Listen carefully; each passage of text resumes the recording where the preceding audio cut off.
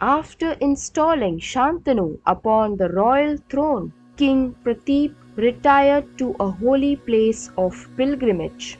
One day, as King Shantanu was roaming about on the banks of the Ganga, King Shantanu happened to meet a beautiful girl that appeared to be wandering at will. As soon as he saw her, Shantanu felt great delight arise within his heart, and as he intently gazed at her, Ganga also became attracted to him, and so she smilingly returned his glances. When King Shantanu asked Ganga to become his wife, she remembered her promise to the Vasus and replied, I am willing to marry you, provided that you agree to fulfill my conditions. You must never interfere with whatever I do, whether agreeable or disagreeable, and you should never address me with unkind words. Indeed, if you ever speak to me reproachfully, I will leave you at once.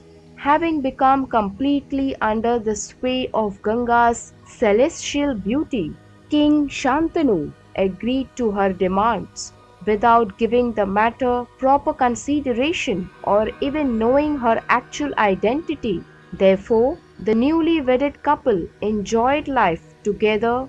Indeed, King Shantanu was so enraptured by his wife's feminine charm that he could not even discern how time was passing. As a result of his relations with Ganga Devi, King Shantanu begot 7 sons, one after another. However, just after each birth, Ganga Devi threw the newborn baby into the river while saying, This is for your good, my little child. Although King Shantanu certainly became very aggrieved each time Ganga drowned their newborn son, he dared not object, remembering his promise to her at the time of their marriage. The king simply remained silent out of fear that his wife would leave him. However, when Ganga was about to drown their eighth child, King Shantanu could not restrain his anger, and so he exclaimed,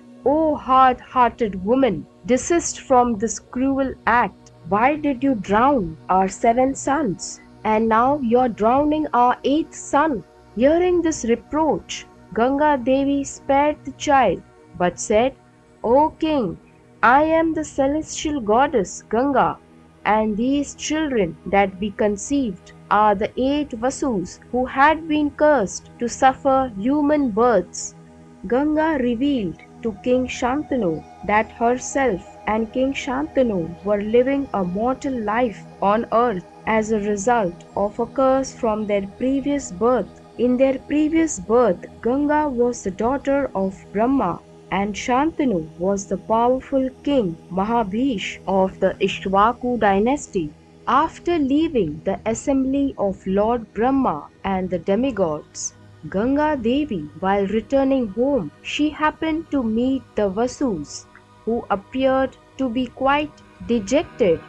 When Ganga inquired about the cause of their moroseness, the Vasus replied, O Ganga, we were cursed by the great sage Vasishtha to be born as human beings on the earth. We are horrified at the thought of having to take birth from the womb of an ordinary human mother. Please be kind upon us and assume the form of a human woman so that you can beget us as your children. Because she had also been cursed to be born on the earth, Ganga agreed to the Vasu's proposal. She then asked them, Who would you like to be your father? The Vasus selected the future son of Maharaj Prateep, who would be named Shantanu.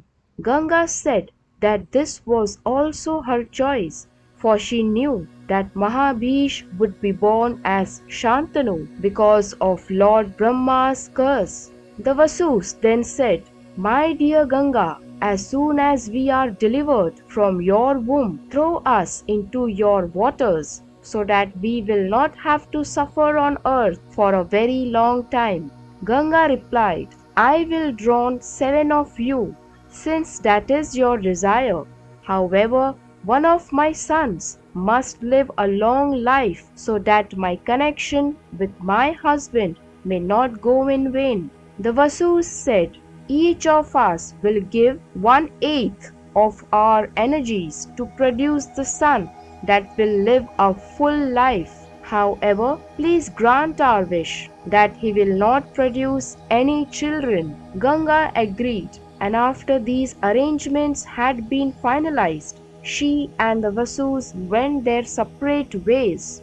After narrating the incident of their previous lives and her meeting with the Vasus, Ganga said to King Shantanu, your reproachful words have freed me from a curse, and so I shall now return to my destination.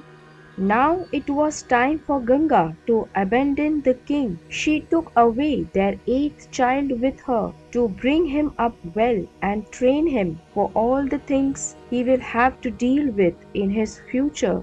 She named her son Devavrata, who went on to be a great warrior.